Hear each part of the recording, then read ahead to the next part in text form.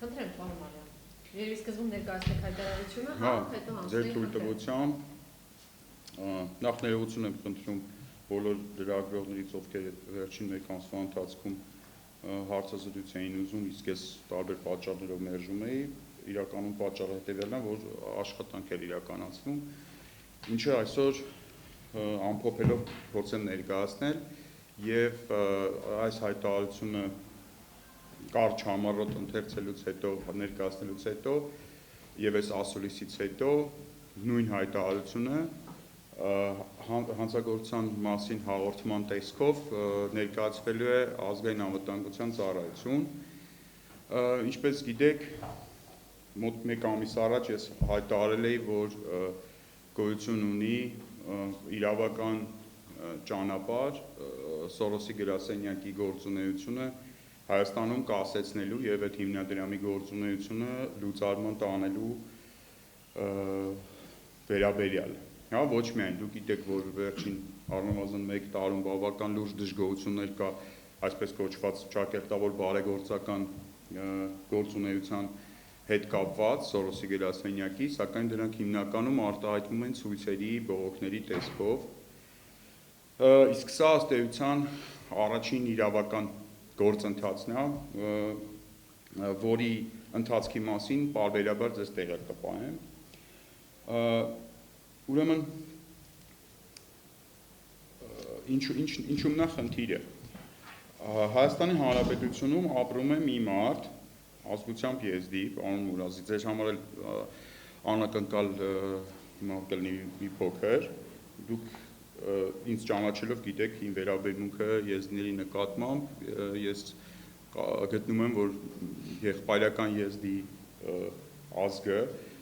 ընդհանուր մեր հայրենիքում, մեր հետ բոլորի հետ հավասար, հայ ազգությամբ հայերի հետ հավասար, կռվում, պաշտպանում, հարկեր է վճարում, երբեմն նույնիսկ ավելի շատ ներդրում է ունենում մեր հայրենիքի, ընդհանուր հայրենիքի բարգավաճման գործում, քան շատ ու շատ հայեր, սա ուղղակի որպես նախաբան։ Սակայն կա մի մարդ, Սաշիկ Սուլթանյան անուն ազգանունով, ով մինչև 2018 թվականի ապրիլ ամիսը եւ մայիս ամիսը, այսինքն հեղափոխությունից նույնիսկ հետո հրապարակային հայտարարում էր, այդ հայտարարությունները կան, փաստագրված են, որ Հայաստանում շատ լավ եղբայրական հարաբերություններ են հայ եւ եզդի ազգությունների միջև եւ նույնիսկ կոչ էր անում նոր իշխանություններին Հայաստանի շարունակել այն քաղաքականությունը, ամեն դեպքում շարունակել այն քաղաքականությունը, որը այդ ազգամիջյան եղբայրության մասով, որը եղել է նախկինում։ Սակայն դա 2018 թվականի մայիս ամսվա մասին է խոսքը։ 2019 թվականին սեպտեմբերին Սաշիկ Սուլթանյանի կյանքում հայտնվում է Սորոսի գրասենյակը։ Նա ստանում է իր առաջին գրանտը 10,000 ամերիկյան դոլար Սորոսի գրասենյակից եւ միանգամից փոխում է իր կարծիքը հայ եւ եզդի ժողովուրդների համակեցության մասին։ Կապը իհարկե ավելի մանրամասն ԱԱԾ-ն կբարձի եւ կարծում եմ այդ առումով մենք ունենանք ԱԱԾ-ի նաեւ բանը դիրքորոշումը, այսպես ասեմ, հետաքննության, սակայն 2020 թվականին, այսինքն գրանտ ստանալուց մի 10 ամիս անց, Սաշիկ Սուլթանյանը հարցազրույցներ է տվել եզդիերեն լեզվով, ընդ որում, այդ հարցազրույցները հետևողականորեն հետո փորձել են հեռացնել համացանցից, սակայն այդ հարցազրույցները կան, կտեղադրվեն վետոյի Facebook-յան էջում տեսանյութային տարբերակով, վիդեո տարբերակով, ինչպես նաև կան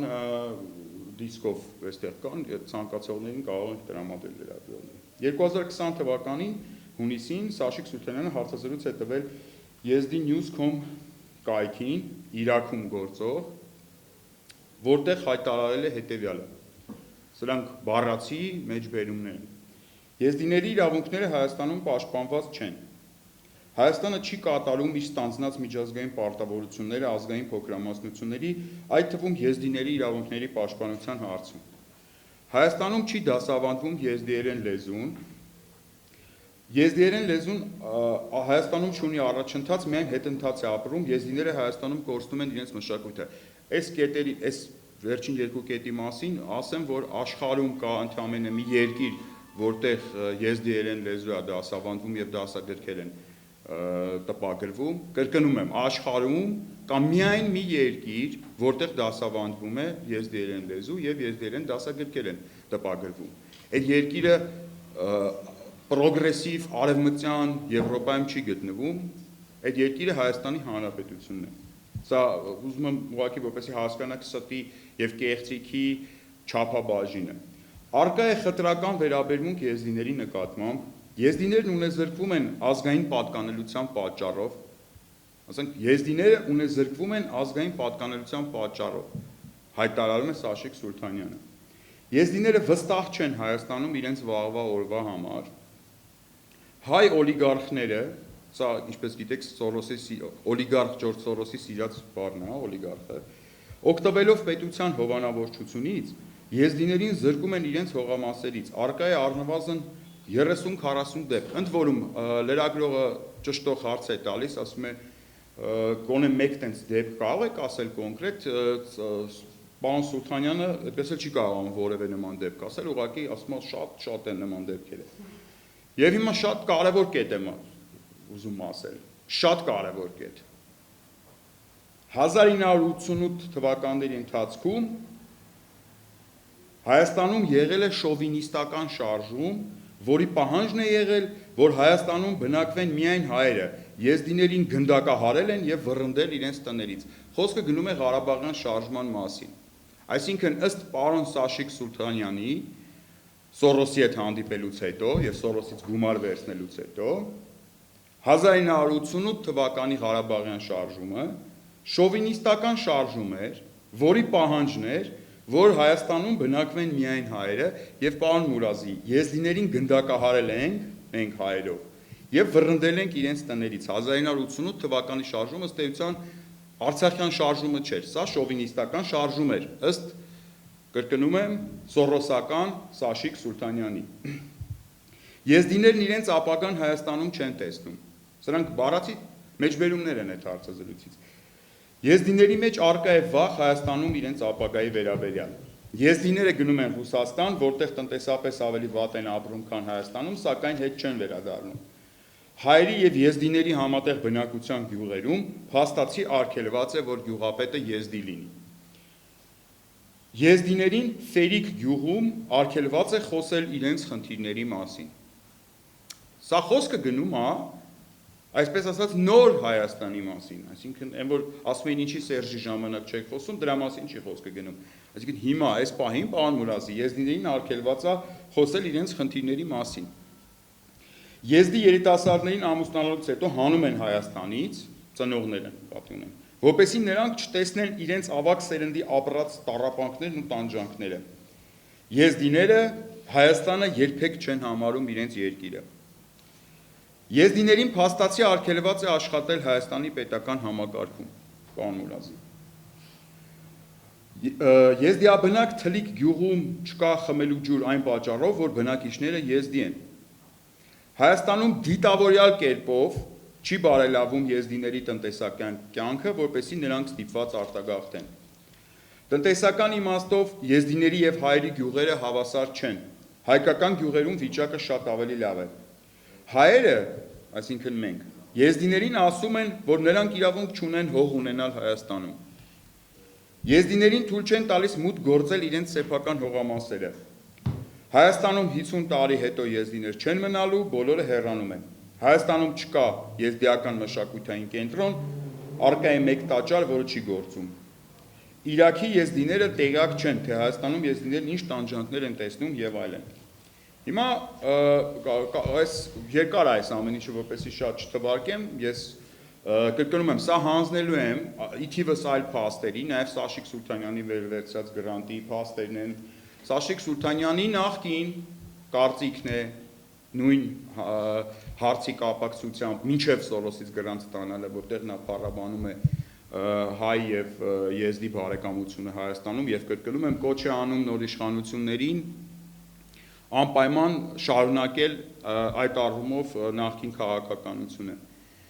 Փորձեմ բացատրել երկու բառով առանց շարաշահելու ձեր համբերությունը, մինչև հարցերը փորձեմ բացատրել, թե ինչն է նպատակը, քանի որ հարցը առաջանում, ինչ օգուտ կարող էր ունենալ Սորոսի գրասենյակը, նման կեղծ սուտ, վստահ եմ, որ բոլորդ համոզվեցիք, որ սրանք իրականության հետ կապ չունեցող պնդումներ են, նման կեղծ սուտ պնդումներ հրապարակ նետելու մասով, ինչ շահագրգռվածություն ունի։ Բանն այն է, որ տեխնոլոգիան ամբողջ աշխարհում նույնն է։ Դուք լավ երևի կհիշեք Black Lives Matter շարժումը, որը վերջերս բավական լուրջ մասսական անկարգություններ սկսեց Միացյալ Նահանգներում։ Սորոսի գրասենյակը իր գործունեության մեջ առաջնորդվում է հետևյալ կերպով։ Բնականաբար, իհարկե, կլինեն որոշակի խնդիրներ կան, օբյեկտիվ եւ միգուցե սուբյեկտիվ խնդիրներ կան եզդիական համայնքում, դրանք բազմիցս բարձրաձայնվել են պարոն Մուրադի ձեր կողմից եւ կարծում եմ նաեւ կընդունեք, որ ինչ որ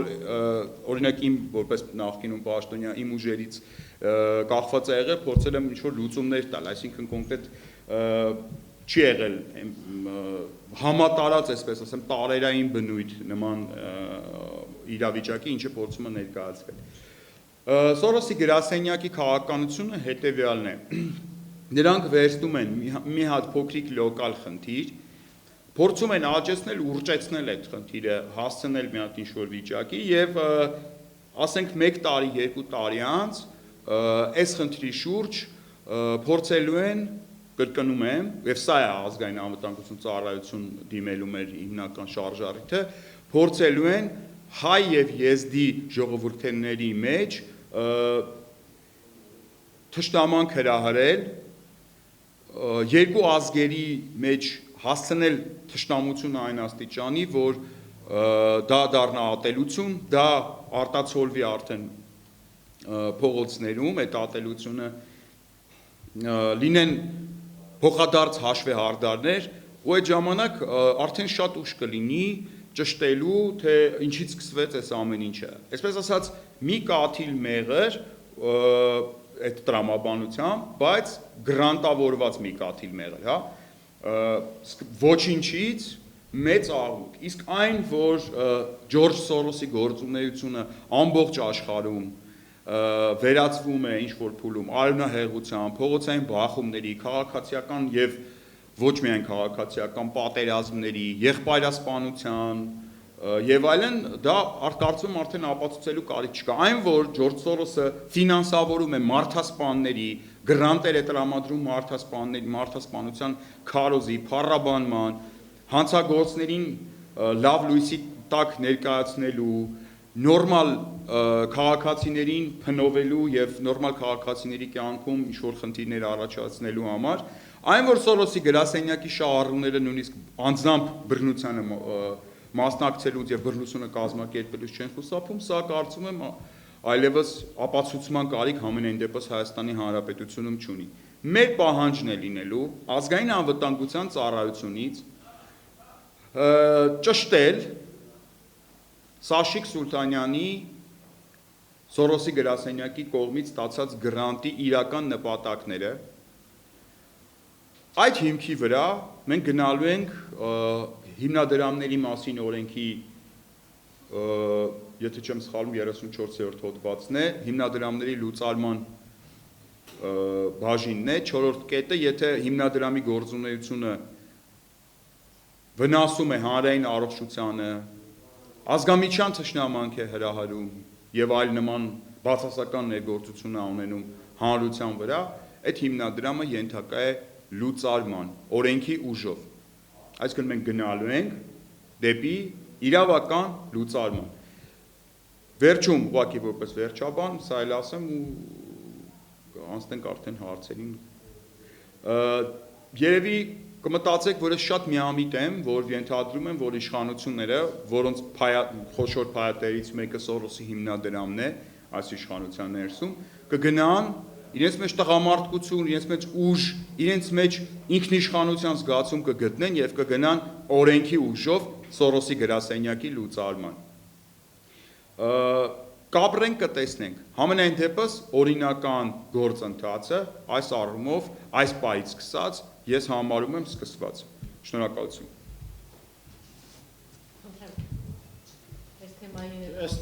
Այս թեմայի մասով ես իհարկե իմ համար նորություններ Նարեկ Մալյանը ներկայացրած փաստերը անձը ծանոթ է, ես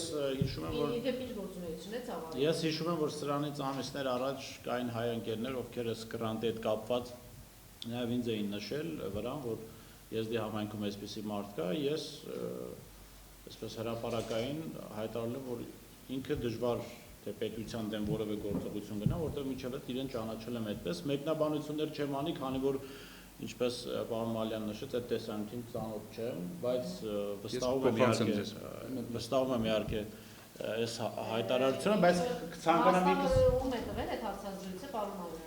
Իրաքի Եզդի-Նյուզ կայքին սա հարցազրույցի ձեր օրինակն է, ցանկանամ ինքս ծանոթանալ եւ ուղղակի այսպես եթե փաստերի մասով խոսենք, ես միայն այդ մի ակնառու փաստի մասին խոսեմ, իրապես հաստատում եմ, որ եզդիերեն լեզուն աշխարհում միայն Հայաստանում է ճանաչվում որպես եզդիերեն լեզու պաշտոնապես եւ պետական ֆինանսավորումը միայն Հայաստանում է դասագրքեր տպագրվում, բայց ինչպես նախապես հայտարարվել էր, ես այսօր այլ թեմայից էի խոսելու եզդի համայնքի հետ կապված այլ խնդրի մասին, խոսքը Արման Բաբաջանյանի արած հայտարարության մասին է, որի ընթացքում նա վիրավորել էր հայերին եւ եզդիներին, նշելով որ անհասկանալի էր իհարկե այդ գրառման նպատակը, թե ինչու պետք է ինչ-որ փոսեր լցնեն եզդիների եւ հայերի ատամներով, որոնք իրենք են փշրելու։ Մենք այդ հարցով դիմել ենք էթիկայի հանձնաժողով ստեղծելու, դիմում ենք ներկայացուցիչ ազգային ժողովի խմբակցություններին, մասնավորապես Լուսավոր Հայաստան եւ Բարգավաճ Հայաստան կուսակցություններին, ինչպես նաեւ ազգային ժողովի նախագահ Արարատ Միրոզյանին։ Արձագանքը եղել է միայն Բարգավաճ Հայաստան կուսակցությունից։ Իրենք այս պահին այդպես դիմում չի լինի, քանի որ ընդհանցակարգ կա, որը իշխանությունները կարող են խափանել։ Մենք կսպասենք իշխանությունները այդպիսի նախաձեռնություն ունեն, եթե չեմ սխալվում, որ էթիկայի հանձնաժողով ձևավորվի ընդհանրապես, քանի որ դուք գիտեք, որ ազգային ժողովում այդպիսի հանձնաժողով չի գործում եւ միայն դիմումների դեպքում ազգային ժողովի նախագահը կարող է ձևավորել կամ չձևավորել կամ խմբակցությունները կարող են դիմել նորից ձևավորման խնդրանքով։ Բայց այս խնդիրը եւս մեկ անգամ ցույց է տալիս, թե իշխանությունների այդպես երկակի մոտեցումները, ես նույն հիշեցնեմ, որ Սորոսի գրասենյակի ղեկավար Լարիսա Մինասյան, եթե չեմ սխալվում, դիմել էր Ալեն Սիմոնյանի հարցով էթիկայի հանձնաժողով ձևավորելու խնդրանքով կամ պահանջով եւ դրան արձագանքեցին իշխանական շատ պատգամավորներ, իշխանական լրատվական միջոցներ, բայց օրինակ իշխանության հովանու ներքո գտնվող անկախ համարում ունեցող պատգամավոր եւ ազգամիջյան թշնամանք հրահարող այդ հայտարարությունը որևէ արձագանք չեղավ։ Ես կարծում եմ, եթե ի վերջո էթիկայի հանձնաժողով չձևավորվի եւ իշխանությունները իրենց մեծամասնությամբ, որ ներկայացված է ազգային ժողովում Արման Բաբաջանյանի այդ հայտարարությանը գնահատական չտան, մենք կարող ենք ընդունել, որ դա նաեւ իշխանությունների հայտարարությունն է եւ իրենք միանում են դրան։ Սորոսի հետ կապված այդ պայքարը շարունակելու եք, պարոն Մալյան, ինչ կուզեք տեղափոխել այդ պայքարը։ Սորոսի հետ կապված մեր պայքարը արդեն միայն մեր կազմակերպության շրջանակներում չի, Սորոսի դեմ պայքարը վաղուց արդեն դուրս է եկել վետոյի գրասենյակի տիրույթից, մարդիկ հանրությունը արդեն հասկացել է այդ գրասենյակի իրական նպատակների եւ իրական պատվիրատու իրական, այսպես ասեմ, նպատակների մասին եւ այստեղ մի շատ հետաքրքիր փոքրիկ նյուանս կա, որ գրասենյակը, որը իրեն հայտարարում է բարեգործական, այս ճակերտավոր ասած վայելում է հանրության, համարյա ամբողջ հանրության զզվանքն ու ատելությունը։ Ամբողջ հանրությունը զզվում է եւ ատում է այդ գրասենյակը եւ իր շահառուներին։ Ուղղակի զզվում է։ Եվ ըստ էության այդ գրասենյակը աշխարհում երևի միակ բարեգործական գրասենյակն է, որ գործում է ի հեճուկս բարեգործություն է անում ճակերտավոր, այսինքն մարդիկ ասում են մի արա այդ քո բարեգործությունը, ընկեր ջան, հավաքի քո վեշերը գնա այս երկրից։ Իրանք ասում են չէ, մենք պետքա մնանք, մենք զորրով պետքա բարեգործություններ անենք այս երկրում։ Այսպիսի ծիծաղելի զավեշտալի իրավիճակ է ստեղծվել, որը հանգեցնում է նրան, որ այդ գրասենյակի ղեկավարը իր իսկ կողմից ֆինանսավորվող այս լրատվամիջոցի պավիլյոնից վազում է այն լրատվամիջոցի պավիլյոն մենախոսելու այն դեպքում, երբ որ ես շուրջ 1 տարի է, 1.5 տարի է արդեն, ես հրավիրել եմ այդ մարդուն ցիվիլ հրապարակային բանավեճի ուղիղ եթերում։ Եթե ասելիք կա, եկեք միասին ուղիղ եթերում ասեք, մեզ էլ սխալ հանեք, մենք էլ ներողություն խնդրենք, գնանք։ Ոչ թե գնացեք, մենախոսեք ձեր իսկ փողով ստեղծված, չեմ ուզում ուրիշ բառ ասեմ, ստեղծված եւ ֆինանսավորվող լրատվամիջոցների տաղավարներ։ Վիճակը հետեւյալն է, որ մենք նաեւ ինչպես գիտեք դատական process-ի մեջ ենք Սորոսի կողմից ստեղծված եւ ֆինանսավորվող Restart խուլիգանախմբի հետ, դա իր կարևորությունը կայանում է նրանում, որ մենք առաջին անգամ իցույց դրեցինք, որ այն ոչ բռնության, խաղաղություն, բոլորին բան, այս կոչերը, որը Սորոսի գրասենյակը անում է, դա ոչ այլ ինչ է, քան կեղծիք եւ սուտ։ Այսինքն պետք եղած ժամանակ իրանք իրենց ձեռքերով կարողանում են բռնության նույնիսկ դիմել, ինչը վստահ եմ տեսանյութում տեսել եք։ Սորոսի գրասենյակի փակման, լուծարման, սորոսականների վռնդման հարցը Հայաստանում այլևս քաղաքական օրակարգի հարց է։ Հաջորդ ընտրություններում, սա նորություն եմ ասում քաղաքական ուժերի համար, ովքեր որ պատրաստվում են ընտրություններին մասնակցել։ Հաջորդ ընտրությունների ժամանակ, ամբողջ ընտրարշավի ժամանակ, քարոզարշավի ժամանակ քաղաքական ուժերը ստիպված են լինելու արդարանալ կամ հավաստիացնել իրենց ընտրողներին, որ իրենք կապ չունեն Սորոսի հետ։ Սորոսական լինելը, Սորոսի հետ որևէ կապ ունենալը, Սորոսին պաշտպանելը քաղաքական ուժերի համար լինելու է ընտրողների ձայները կորցնելու հիմք։ Սա արդեն քաղաքական օրակարգի հարց է։ Իսկ հարցը, որը մտնում է քաղաքական օրակարգ, համարյա կարելի է համարել լուծման մոտեցած հարց։ Սաշիկ Սուլթանյանը դեռ հուլիս ամսին մի գրառում արել ձեր մասին եւ ասել է, որ դուք համագործակցում եք մի քանի հետադիմական հայացքներ ունեցող եզդիների հետ, ովքեր բազմաթիվ կոռուպցիոն սկանդալների կենտրոնում են եւ ներկայումս մեր կողմից պատրաստվող հետաքննական նյութերի հերոսներ են հանդիսանում։ Ձեզ հայտնի է այդ մարդիկ, որոնց հետ դուք համագործակցում եք, հետադիմական հայացքներ ունեն եւ այդ կոռուպցիոն սկանդալների միջև։ Ցավոք սրտի ես համագործակցության ընկերներ շատ ունեմ եզդի, ընդ որում ոչ միայն Հայաստանում ապրող, նաև Վրաստանում ապրող եզդի ընկերներ ունեմ, շատ մտերիմ, սակայն համագործակցության առումով այնպես է ստացվել, որ որևէ եզդիական կազմակերպության հետ կամ որևէ եզդիի հետ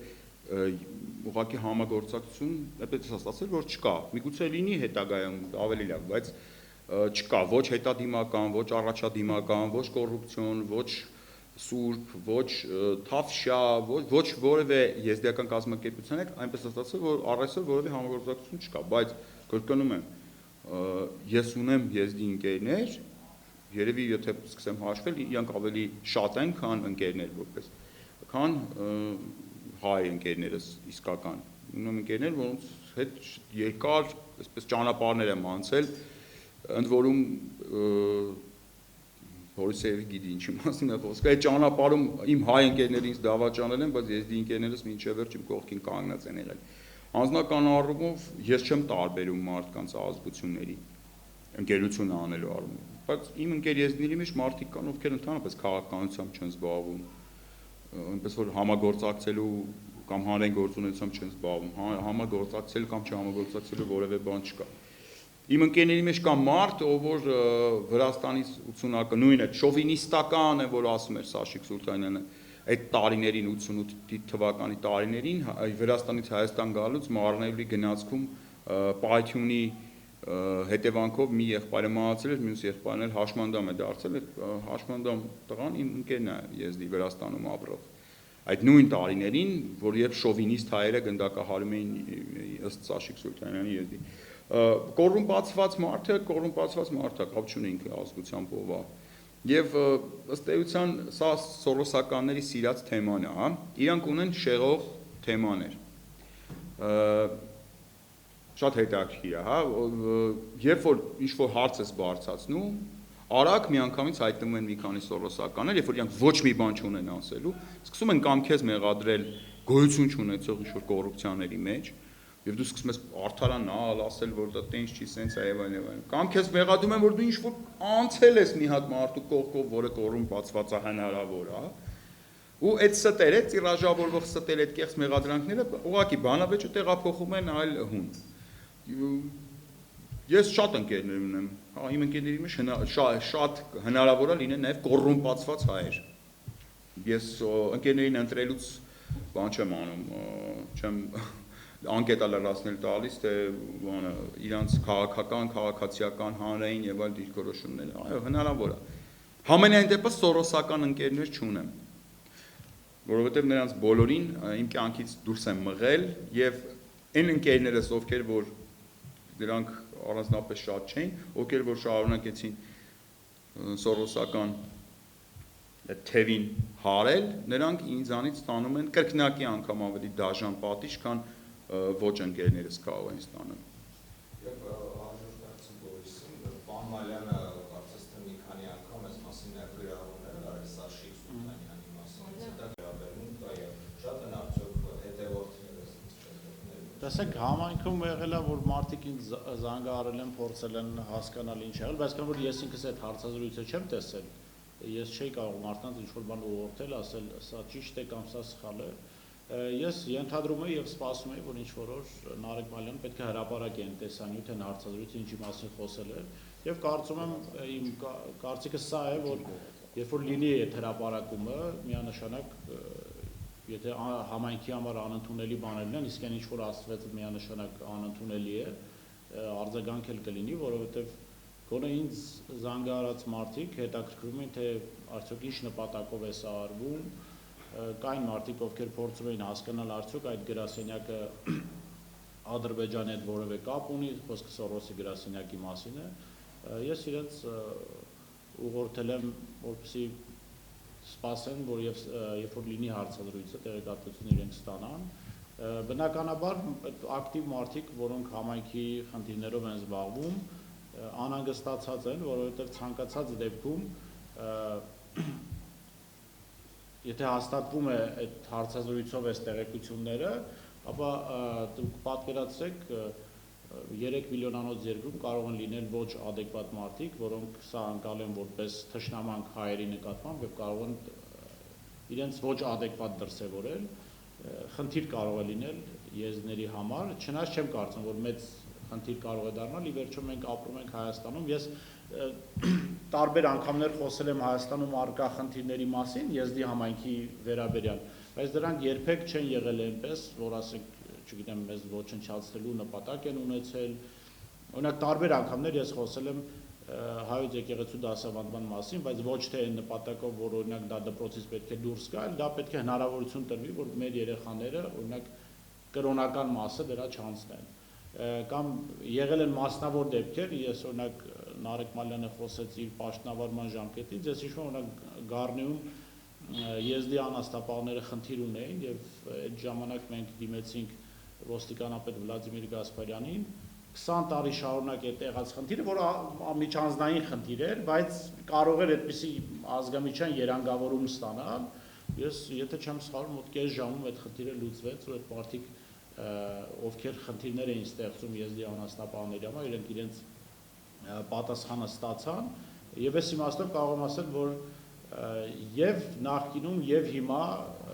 պետությունը շատ ավելի արագ է արձագանքում եւ խնդիրը վերաբերում է ազգային փոքրամասնություններին, դուք օրինակ տեսաք, որ անգամ այս իշխանությունները մեր դիմումը, որ մենք դիմեցինք եզդի եւ նաեւ հայ ազգի հերոս Սուսուբեկի անունով փողոց լինելու արձագանքը եղավ եւ Երևանի փողոցներից մեկը անվանակոչվելու, այսինքն անկախ նրանից ով է քաղաքական իշխանությունը, դա ինձ որպես հասարակական գործիչ ընդունելի է, ընդունելի չէ, ընդհանուր առմամբ վերաբերմունքը ազգային փոքրամասնություններ եւ մասնավորապես եզների նկատմամբ դրական է եղել, ոչ միայն դրական, այլ հավասար աչքով, մի քիչ ավելի դրական խտրականություն է եղել, եթե մենք խնդիրներ ենք բարձրացնել, շատ ավելի արագ են արձագանքել, մասնավոր դեպքերը ամեն դեպքում կարող են լինել եւ ամեն դեպքում մենք կարող ենք ցանկացած մասնավոր դեպք վերցնել եւ այդ մասնավոր դեպքը այնպես ներկայացնել, որը կարող է ազգամիջյան բնույթ ստանալ կամ այդպիսի տպավորություն թողնել, բայց ես կարծում եմ սրանք լուրջ մեկնաբանություններ չեն լինի, եթե խոսում ենք օրինակ հայերի եւ եզդիների հավասարության մասին, ես լինելով եզդի առաջին հերթին Հայաստանի Հանրապետության քաղաքացի, դուք երբ նկատած կլինեք իմ հասարակական քաղաքական ակտիվությունը, ես որևէ կաշկանդվածություն չեմ զգում, այսինքն որ քննադատում եմ հայի կամ ազգությամբ հայ ղեկավարի, ես առումով կարծում եմ մեկնաբանության խնդիր է եւ տեղեկատվության հաստատման դեպքում կարծում նաեւ համայնքի հետ մարդիկ, ովքեր ակտիվ են եւ մտահոգ էին զանգահարում, իրենք էլ կարձագանքեն որևէ կերպ։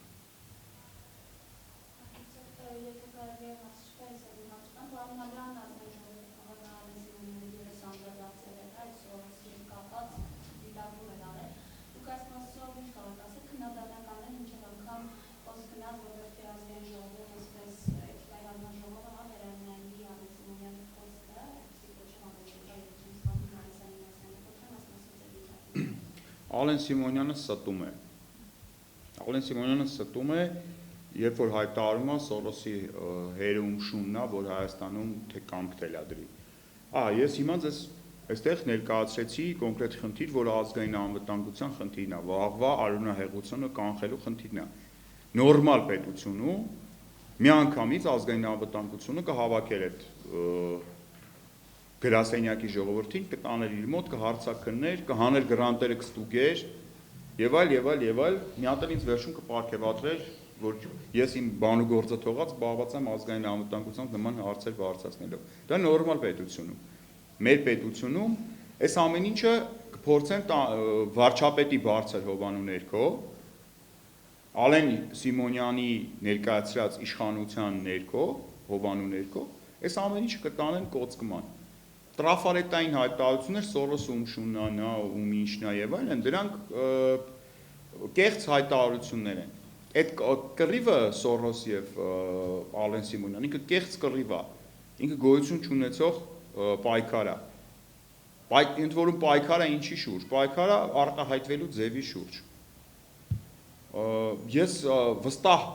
պնդում եմ եւ ասում եմ, որ այն ինչ որ ասել է Ալեն Սիմոնյանը, իրականությանը, դրա բովանդակային հատվածը իրականությանը չի համապատասխանում։ Եթե պարոն Սիմոնյանը տեղյակ չի, ապա տեղեկացնեմ նրան, որ իրենց իշխանության գլխավոր փայատերը, ամենախոշոր փայատերը հանդիսանում է Սորոսի գրասենյակը։ Ալեն Սիմոնյանը թող այդ ազգային ժողովի փոխնախագահի աթոռից մի հատ ուշադիր նայի դահլիճին եւ մտքում հաշվի թե քանի սորոսական կա դահլիճում նստած։ Եվ ինչ օրակարգ են նրանք փորձում այդ նույն դահլիճում, որտեղ նախագահում է կամ փոխնախագահի պաշտոնում է Ալեն Սիմոնյանը, ինչ օրակարգ է պտտվում, ինչ օրակարգ է այդ դահլիճից պարտադրվում մեր պետությանը։ Եվ նոր դրանից հետո ինչ որ փորձի հոխորտա կամ ինչ որ բան անի։ Ես լրիվ այս առումով հասկանում եմ Լարիսա Մինասյանի վրդովմունքը, որովհետև Ալեն Սիմոնյանը ասել է մի բան, որը իրականությանը չի համապատասխանում։ Եվ բարկացրել է մեր երկրի ամենաազդեցիկ դեմքին Լարիսա Մինասյանին։ Շնորհակալ եմ։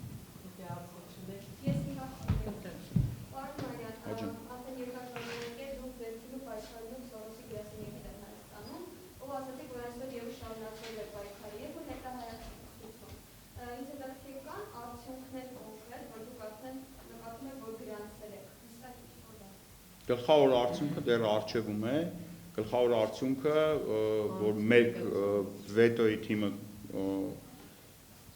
գրանցելու է, ու շատ մոտ ապագայում է գրանցելու, դա այնա, որ ազգայնական գաղափար է Հայաստանում տարբեր լավ, վատ, զարգացում ապրել քաղաքականության մեջ, սորոսականների դեմքերը պատառված են այս պայդրությամբ, այսինքն նրանք այլևս չեն կարողանում իրանց կեղծ իրավապաշտպանները ներկայացնել որպես իրական իրավապաշտպաններ, իրանց կեղծ խաղաղասիրական կոչերը այլևս չի անցնում, նրանք խայտառակված մարդիկ են, նրանցից հանրությունը զզվում է, եւ դուք այստեղ չեք, ես ըստեյության Սորոսի գրասենյակը Հայաստանում գործող գրասենյակը աշխարհի միակ բարեգործական գրասենյակն է, որից զզվում է ամբողջ հանրությունը,